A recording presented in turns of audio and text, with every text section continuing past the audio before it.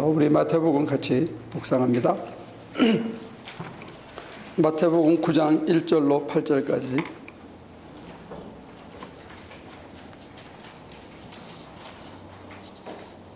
예수께서 배에 오르셔서 바다를 건너 자기 마을에 돌아오셨다. 사람들이 중풍병자 환자 한 사람을 침상에 누인 채로 예수께로 날라왔다. 예수께서 그들의 믿음을 보시고 중풍병 환자에게 말씀하셨다. 기운을 내라, 아이야. 내 죄가 용서받았다. 그런데 율법학자 몇이 이 사람이 하나님을 모독하구나 하고 속으로 말하였다. 예수께서 그들의 생각을 아시고 말씀하셨다. 어찌하여 너희는 마음속에 악한 생각을 품고 있느냐? 내 죄가 용서받았다 하고 말하는 것과 일어나서 걸어가거라 하고 말하는 것 가운데서 어느 쪽이 더 말하기가 쉬우냐? 그러나 인자가 땅에서 죄를 용서하는 권세를 가지고 있음을 너희들이 알게 하겠다. 그리고 예수께서 중풍병 환자에게 일어나서 내 침상을 거두어 가지고 집으로 가거라 하시니 그가 일어나서 자기 집으로 돌아갔다. 무리가 이 일을 보고서 두려움에 사로잡히고 이런 권한을 사람들에게 주신 하나님께 영광을 돌렸다. 제가 잘못했다라고 말씀드리는 거는 사실은 와서 또 인사하고 고맙다 그러고 그러면 다음에 또 와라 그러면 또 안 갈 수 없으니까 저는 그냥 이번에 한 걸로 이렇게 매듭을 지었으면 하는 그런 생각이 있었어요. 그러니까 이제 사람 생각이 제가 앞서서 하나님께서 뭘 원하시는지 묻지 않고 최선을 다했으니까 이제 끝이다. 이런 마음이 저한테 있었던 것 같아요. 그래서 부득 예배를 드리러 오신다는 분을 오지 말라고. 그러니까 감사한 거는 그 자리에서 끝났으니까 충분합니다. 이제 그렇게 얘기를 했는데, 사실은 이제 지금 제가 계속 못 넘어가고 있는 벽이 뭐냐면 소위 말하는 무차별적인 사랑입니다. 또 조건 없이 사람을 사랑하고 사람에게 자기를 나눠주고 넘어진 사람을 일으키는 이게 이제 왜 넘어가기 힘들고 그걸 왜 넘어가야 되느냐 하는 얘기인데, 우리 주님께서 보여주신 이 본문의 말씀은 그걸 얘기해주고 있는데 사실은 오늘 여기 1절부터 8절만 딱 띄어서 놓고 보면 어떻게 보이냐면 중풍병자를 그 친구들이 또는 부모인지는 몰라도 이렇게 들고 와가지고 침상을 들고 와서 예수님한테 데리고 오니까 예수님께서 내 죄가 사하여졌다. 그래서 일어나서 걸어가라. 너네 집으로 가라. 그러니까 그 자리에서 고침을 받았다. 그리고 특히 이게 본문이 마가복음에는 어떻게 나와 있냐면 예수님이 계신 그 지붕을 뜯어가지고 사람들이 위에서 드러내렸어요. 그러니까 이 본문이나 그 본문이나 우리는 다 어떻게 이해하냐면 믿음을 보시고 구하니까 믿음으로 병이 나았다 이런 식으로 이해하는 거예요. 그리고 그런 식으로 지난 30년 동안 우리가 이 마태복음 9장이나 마가복음에 있는 본문을 그렇게 이해해 왔습니다. 그런 눈으로 보면 그렇게 보여요. 여러분들이 병이 걸렸어. 여러분들은 중풍병을 안 당해봤잖아요. 그죠? 누가 있나? 당해본 사람이? 우리 이신홍 권사님 잠깐 당해봤나요? 저는 당해봤거든요. 침이 질질 흘리고 손발이 차지고 못 움직이게 되고 구부러지고 화장실을 가면 이게 참 불편하고 어떻게 자기 마음대로 조절이 안 되고 이렇게 되는 거예요. 그 다음에 여기가 이렇게 굳어오는. 그러니까 이 사람 같은 경우에는 그것도 안 돼서 그냥 누워있는 정도의 아주 심한 병인 것 같아요. 사람이 이렇게 되면 꾀가 늘어가지고 누가 와서 주물러주면 이게 시원해지고 좀 편해지니까 주물러주고 만져주고 밥 날라다주고 떠먹여주고 하는 거에 익숙해지고 심지어는 자기 몸 씻는 것도 남의 몸에 남의 손에 맡기는 것까지 익숙해지면 사람이 약아져서 남 부려먹는 데 익숙해집니다. 그러면 그 돌봐주던 사람이 지치죠. 얼마나 힘들어요. 하루 이틀도 아니고 먹여주고 씻겨주고 옷 갈아입히고 그 다음에 뭐 어디 간다면 일으켜가지고 데리고 가서 대소변 봐야 되고. 근데 해줄수록 꾀가 나가지고 점점 야근 짓을 하는 걸 많이 보면서 그걸 하루도 아니고 이틀도 아니고 계속 해주는 거는 이건 진짜 무차별적인 사랑이 아니고는 이걸 해주기가 참 어렵다는 거예요. 근데 이 사람들이 지금 예수님의 얘기를 들은 겁니다. 산에서 하나님 나라를 쫙 가르쳐 주신 분, 하나님이 어떤 분인지 가르쳐 주신 분, 하나님 나라에 어떻게 들어가고 하나님 나라를 누리고 사는지 쫙 얘기를 했던 그 풍문이 예수님께서 산에서 내려오신 다음에 환자를 고치려 다니기 시작할 때 여러 마을로 이미 소문이 퍼지기 시작한 거예요. 그래서 사람들이 막 데리고 왔거든요. 그러면 예수님은 낮에만 고친 게 아니라 밤에도 그걸 다 고쳐주고 산에서 가리킨 걸 산 밑에서 그대로 다 보여주시고 거기서 머물지 않고 호수를 건너서 호수 건너편에 가서 이방족들에게도 똑같은 귀신을 내쫓고 병을 고치고 하나님 나라가 어떤지를 다 얘기를 하고 오셨다 이거예요. 그리고 마침내 자기 마을로 다시 돌아오셨어요. 그래서 이제 하나씩 가르쳐 주는 거예요. 하나님 나라가 어떤 건지. 그러니까 예수님은 말로만 얘기한 게 아니라 몸으로 했고 몸으로 보여준 것도 어디 산에서만 몰래 몇 사람하고 한 게 아니라 산 밑에 내려서 모든 사람이 보는 데서 했고 그거를 여기서 갇힌 게 아니라 바다를 건너서 가셨다가 이제 자기 마을, 사실은 자기 동네에서 선지자가 제일 대접받기 힘들죠. 그러니까 예수님께서는 아무것도 가리는 게 없었고 구별하는 게 없었던 모양이에요. 그래서 하나씩 가르쳐 줬는데 마침 문제의 중풍병자를 그 사람들이 데리고 온 거예요. 그때 예수님께서 그들의 믿음을 보시고 환자의 믿음까지 보셨는지 아니면 데리고 온 사람들의 믿음을 보셨는지 그거는 잘 모르겠어요. 근데 예수님께서 믿음을 보시고 힘을 내라 아이야 내 죄가 사하여졌다 그랬거든요. 근데 이 전후 문맥을 안 보면 왜 죄가 사하여졌다 하는지가 참 이해하기 힘듭니다. 근데 5장 1절부터 나오는 산상설교 얘기부터 오늘 9장까지 문맥을 쭉 이어서 보면 이 사람들이 이 환자를 왜 데리고 왔죠?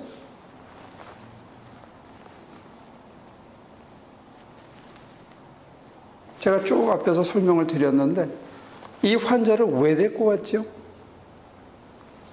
네? 낫게 해주려고. 왜 데리고 왔을까요?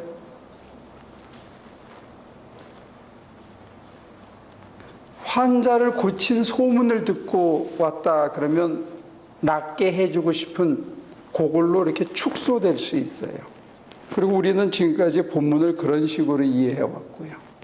그런데 문맥 전체를 늙고서 보면 이 사람들이 데리고 온 거는 어떤 의미에서 보면 아무 기대가 없었거나 어떻게 해주셔도 상관없는 예수님의 손에 그 처분에 맡기는 자세로 왔다는 게 중요한 것 같아요. 왜 그러냐? 하나님 나라에 대한 소문을 들었기 때문에 그래요. 하나님 나라를 가르치신 분이 몸으로 하나님 나라를 보여줬고 하나님 나라는 이런 것이라고 아까 원수를 사랑하라 수진이가 얘기했는데 원수를 사랑하는 것조차 포함해서 사랑 같지 않은 인간들까지 다 한결같이 사랑하는 그 사랑을 보여준 소문을 듣고 이 사람들이 찾아온 거라는 거예요. 맥락을 쭉 늙으면. 그러니까 여러분과 제가 예수 믿는 거를 병 고치러 나와서 예수님 병 고쳐주세요. 저도 그것 때문에 시작은 됐죠, 신앙이. 그런데 해서 내가 나았다. 나 축복받았다. 이렇게 예수 믿는 걸 축소시키면 곤란하다는 얘기예요. 예수 믿고 따르는 거는 내 병이 낫고 내 문제가 해결되고 내가 이 땅에서 잘 먹고 잘 입고 잘 사는 거, 그게 아니고 어떤 면에서는 사랑하기 참 힘든 인간을 내 힘으로 사랑하다가 도저히 안 돼서 그 인간을 들고 나와서 예수님께서 어떻게 처분하든지 간에 그냥 그 발 앞에 내려놓고 모든 걸 맡기는 거, 이게 어쩌면 신앙의 첫 출발점이다 이거죠. 여러분과 제가 갖고 있는 이 고정관념은 뭐냐면 내가 원하는 게 있어. 여러분들이 예수님한테 원하는 게 있어요. 이랬으면 좋겠다, 저랬으면 좋겠다 하는 게 딱 마음에 있어요. 그래서 그걸 갖고 나와서 열심히 구하고 그걸 해결해 달라고 그러고 그게 응답받으면 믿음 때문에 축복받았다 이렇게 생각하는데 사실 그거는 이기적인 거예요. 자기중심적인 거라 이거죠. 우리가 그런 눈으로 너무 오랫동안 성경을 이해하고 기독교를 이해한 것이 아닌가요. 그 바람에 우리가 진짜 봐야 할 걸 못 봤는데 진짜 봐야 할 게 뭐냐 했을 때 오겠다는 사람 다 와도 그래 앉으세요. 그 사람이 우리를 이용해도 또 이용당해주면서 하나님께서 위로하는 또 다른 세계가 있는데 그걸 못 보는 거죠. 저도 오늘 아침에도 그런 실수를 했어요. 그런데 예수님께서 우리에게 보여주고 싶은 것은 뭐냐면 그래? 내려놨어. 네 죄가 사해졌다는 거예요. 왜? 네가 하나님 나라의 소문을 듣고 하나님 나라에 대한 갈증을 가지고 모든 문제를 하나님의 손에 맡기겠다는 자세로 찾아왔을 때 이미 그의 마음속에는 하나님과의 관계가 회복됐다는 거죠. 하나님이 가슴속에 다시 살아나기 시작했다는 거예요. 그의 마음이 하나님에게로 다시 꼽히기 시작했다는 거예요. 세상 만사에 쫓겨서 휘둘려서 하나님을 잊고 살고 필요할 때만 하나님을 가끔 찾고 밥 먹을 때만 하나님을 찾았는데 이제 더 이상 어떻게 해볼 수 없어서 그 상황에서 하나님밖에 안 보이는 하나님만으로 충족한 나 무엇과도 주님을 바꾸지 않겠다는 중심을 가지고 찾아왔을 때 이미 죄는 사라진 거라는 거예요. 우리는 죄를 자꾸 무슨 잘못하고 실수한 것을 죄라고 생각하는데 근본적인 죄는 뭐냐면 하나님이 내 삶에 있어서 하나님이 되지 않은 것, 이게 죄예요. 하나님을 하나님으로 여기고 내가 하나님의 자녀로 하나님의 자녀답게 살아가는 것, 이게 망가지면 그거부터가 다 죄에 비롯된 악이 된다는 거예요. 저와 여러분들에게 물어봐야 될 거예요.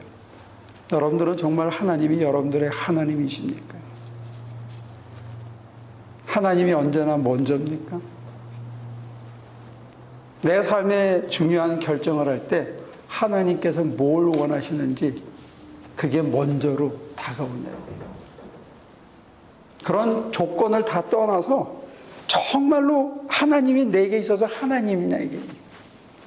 우리는 하나님을 때로는 업신여기고 하나님을 내 필요를 채워주시는 분으로 생각하고 내가 원하는 것을 내가 원하는 때 내가 원하는 방식으로 하나님이 응답해 주기를 바란다면 사실은 그 분은 나한테는 하나님은 아닙니다. 내 종이지, 내 가디언이지. 하나님은 내 안에 살아계셔서 내게 제일 선하고 좋은 길로 나를 이끌어가고 싶어 하기 때문에 하나님에게 내 삶의 모든 것을 렛고 할 수 있어야 되는데 하나님이 결정하시도록 내 인생을 다 드릴 수 있어야 되는데 저도 여러분도 시시때때로 그것을 명예나 건강이나 체면이나 좀 폼 잡는 거나 이런 것 때문에 하나님을 두 번째, 세 번째로 미루고 살아갈 수 있는 일이 너무 많다는 거예요. 그래서 차라리 율법학자들은 법에 정통하고 전통에 전통하니까 아니 세상에 누가 땅에서 죄를 사하냐 이게 관심이었는데 예수님은 그런 관심 없었다. 예수님의 관심은 아무것도 할 수 없는 인간이 널브러져서 자기 앞에 모든 것을 포기하고 항복하고 자기의 처분만을 바라고 널브러져서 거기 있는 것.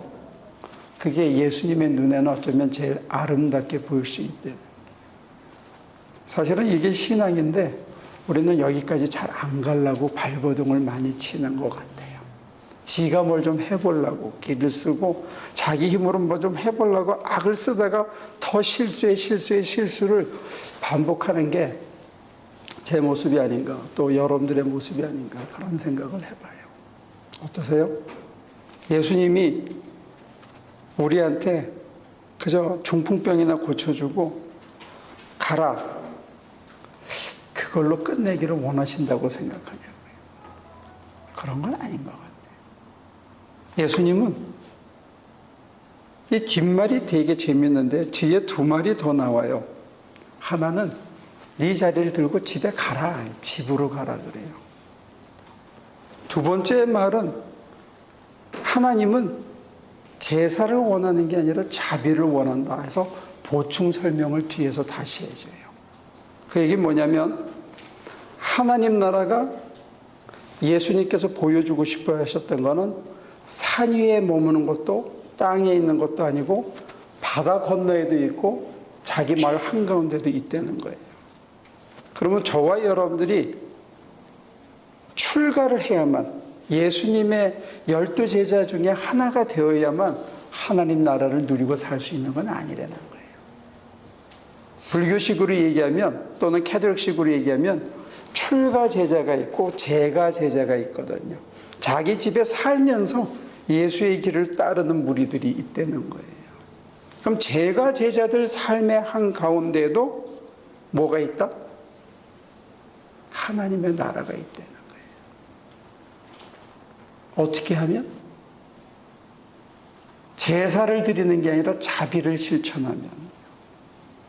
우리는 예배 드릴 때 여기 하나님이 꽉 거룩하게 계시고 분위기를 잡고 수도원에 가거나 기도원에 가서 막 기도를 하면 충만해지고, 세상에 나가서는 남하고 악착같이 경쟁해서 이겨야 되고 더 많은 재화를 획득해야 되고 이렇게 착각을 하는데, 그게 아니고 예수님이 원하시는 거는 네 삶의 터전에서, 네 일터에서, 너의 집에서 네가 하나님과 화해된 삶을, 하나님을 하나님으로 모시고 사는 삶을 살아내라는 게, 그러면 바로 너의 집이, 너의 일터가 하나님의 나라라는 거예요. 전 그런 맥락에서 우리 이 본문을 기도 열심히 하면 축복받고 기도 열심히 하면 병 낫는 본문으로 축소했기 때문에 우리가 뭘 잃어버리고 사냐면, 내가 일하는 그 자리, 내가 살아가는 매일의 삶, 우리 집이 하나님의 나라라는 것을 우리가 놓치고 사는 게 많다는 거예요. 그러니까 여러분과 저를 우리 주님께서 선교지에 보냈다. 왜 보내냐? 저도 17년 전에 처음 선교지에 갔을 때는 우리 교인들이 막 울었어. 막 저마다 화장이 다 지워져서 시커멓게 되는데도 모르고 다 울면서 자기 있는 것 막 빼가지고 선교사님 불러다가 뒤에서 막 주고 하는 걸 제가 다 봤어. 근데 돌아와서 기도할 때, 하나님, 우리는 쟤네들처럼 저렇게 못 먹고 잘 데도 없고 불쌍하게 안 하고 이렇게 먹고 살 수 있게 해주셔서 감사합니다. 소름이 확 끼치더라고요. 좀 조속한 표현을 하면 그 기도를 듣는 순간에 재수가 없더라고요. 이건 선교가 아니다. 내가 못 살고 굶주리고 고생하는 애들 구경거리로 시켜주고 상대적으로 나는 그런 개고생을 안 하니까, 아, 나는 하나님 잘 믿어서 축복받았다, 이런 거지 같은 신앙을 갖고 있더라는 거예요. 그래서 바꾼 거예요. 어떻게? 여러분들을 더 거지같이 만들어야 돼요. 여러분들을 그 사람들보다 더 개고생을 시켜야 되겠다. 잠 안 재우니까 싫죠. 저는 새벽 3시에 깨서 기도하고 있어요. 비몽사몽에. 제가 잘나서 깨는 게 아니라 깨우셔서, 왜 이따가 열받을 일이 많으니까 너 열 관리 잘하라고 깨우셔서 열 관리하도록 막 훈련을 시키시는. 그래서 뭘 배우느냐? 거기에서 웃음을 배우잖아요. 우리끼리 협조를 배우잖아요.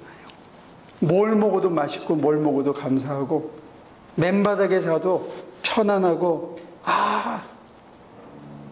눈 뜨고 누가 한마디만 하면 깨르르 웃으면서 다 좋고 또 금방 이해가 되고 같이 또 움직이고 누가 힘들면 막 달려가서 딱 붙들어줘서 올려주고 제가 힘들어하면 장로님이 나와서 또 총을 받고 장로님이 힘들어하면 또 제가 나가고 영훈이가 나오고 장집사가 나와서 그걸 다 들어주고 거기가 사실은 우리가 하나님 나라를 연습하는 자리라는 거예요.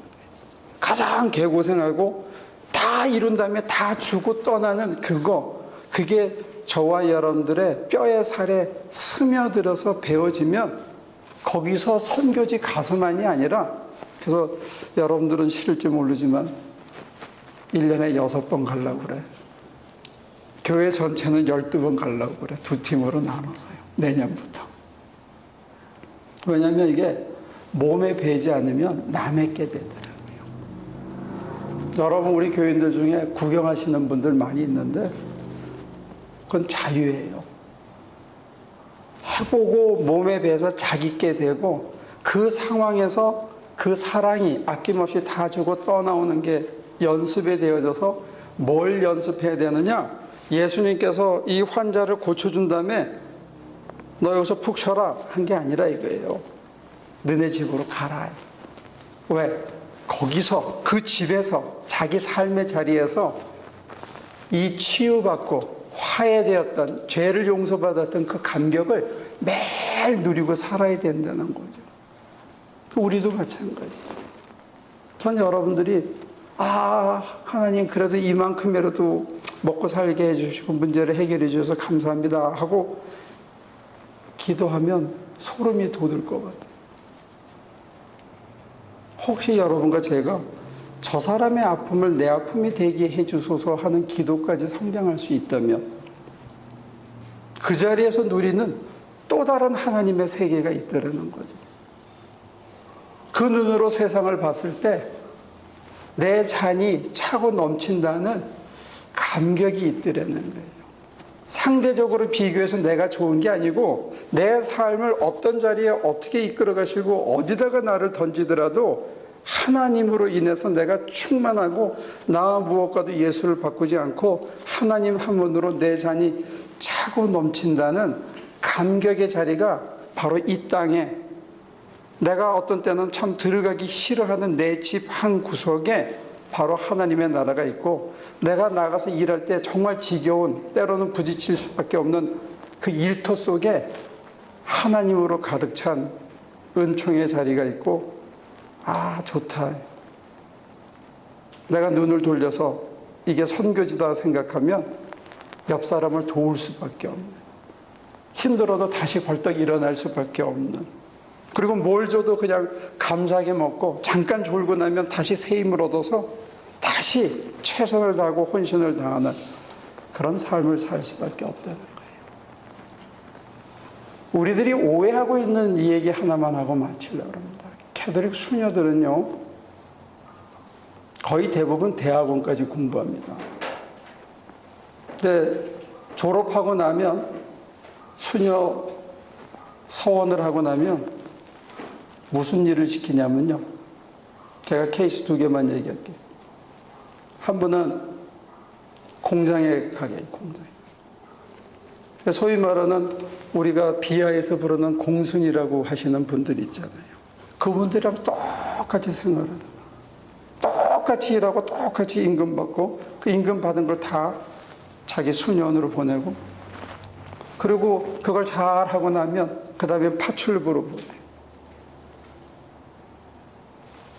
다른 한 분은 미국에서 20년 동안 아주 조그마하고 가난한 서커스단을 20년 동안 따라다니면서 옷을 깁는 일을 했다고 그래요. 여러분들은 이런 게 책에 안 나오니까 잘 모르죠. 그걸 왜 시켰겠냐고요. 똑같이 공장에서 일하는데 똑같이 섞어다내서 어떤 빨래만 하고 어떤 사람은 옷만 깁는 일을 하는데 수녀와 일반 먹고 살기 위해서 사는 사람의 차이가 뭐냐 이게. 그 사람들이 훈련하는 거는 수녀의 가슴 속에 하나님의 나라가 이루어져서 그의 뼛속에서부터 그의 세포에서부터 그리스도의 향기가 주변을 이렇게 스미게 하는 거예요. 그게 살아있는 전도예요. 살아있는 전도를 통해서 그 수녀는 불교식으로 얘기하면 성구를 하는 거고 기독교식으로 얘기하면 작은 그리스도, 그들로 얘기하면 마리아가 되는 거죠. 그래서 하나님을 이 땅에 화육시키는 일을 수행하도록 그 어렵고 힘든 일을 맡기는데 정말 빛도 없이 이름도 없이 낮고 비천한 자리에서 저의 온 가슴을 하나님께만 쏟아서 하나님만 바라보면서 하나님을 느끼면서 하나님과 더불어 매 순간을 자기에게 맡겨진 그 일상의 일을 최선을 다해서 거룩한 일로 여기면서 살아간다는 거예요. 그 삶을 통해서 그 사람들은 성자로 변해가는 거예요. 그렇게 20년을 살았어. 한 사람은 벤츠를 타. 한 사람은 거지 같은 옷에 남루하게 살았어. 20년, 30년이 지난 다음에 인생 70이 돼서 은퇴할 때 어떤 인간의 차이가 있겠냐 이게. 첫째, 이 사람은 수없이 넘어진 사람을 일으켜준 과거의 기억과 역사가 있고요. 이 사람의 가슴 속에는 그리스도가 살아 움직이는 거예요. 근데 우리는 이걸 희생의 길, 고난의 길이라고 착각하고 있다는 거예요. 뭘 못 보느냐? 이 길 한가운데서 이 사람만이 누리는 하나님의 임재가 있고 하나님 때문에 오는 하나님만이 주실 수 있는 내면의 기쁨이 있다는 거예요. 그 기쁨과 그 감격 때문에 어떤 고난도 어떤 허들의 일도 고난이나 허들의 일로 여기지 않고 감사하게 지나가는 오늘의 일상으로 여기는 삶의 변화가 있다는 거죠. 기독교는 이렇게 멋있는 종교인 것 같아요. 예수를 따르는 것은 그냥 병 낫는 사소한 일이 아니라는 거예요.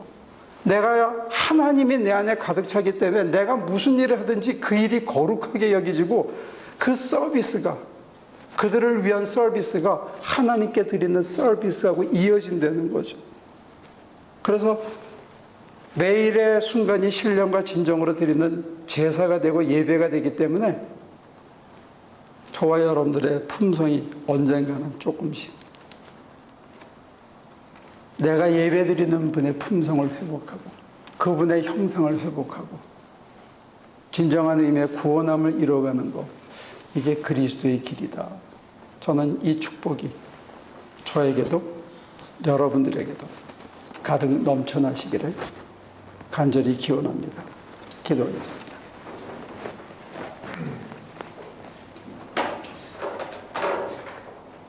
하나님 살려주셔서 여기까지 왔습니다. 병들고 힘든 자들 손 내밀 때 아낌없이 내밀었는데 힘 넘치고 자기 거 다 가진 자들이 손 내밀 때 어리석게도 자꾸 뿌리치고 있습니다. 그들 영혼 한가운데 하나님이 계시지 않다는 것, 그래서 누구에게나 우리의 손이 필요하다는 것, 하나님이 필요하시다는 것, 우리 주님은 율법학자들을 책망하셨지만 버리지 않으셨다는 것, 그들에게도 하나님 나라를 전하셨다는 것 잊지 않는 저희를 되게 하셔서 율법학자든 바리새인이든 중풍병자든 귀신 들린 자든 가리지 않고 한결같이 사랑할 수 있는 주님의 마음을 저에게 허락하여 주시옵소서. 예수님의 이름으로 기도합니다.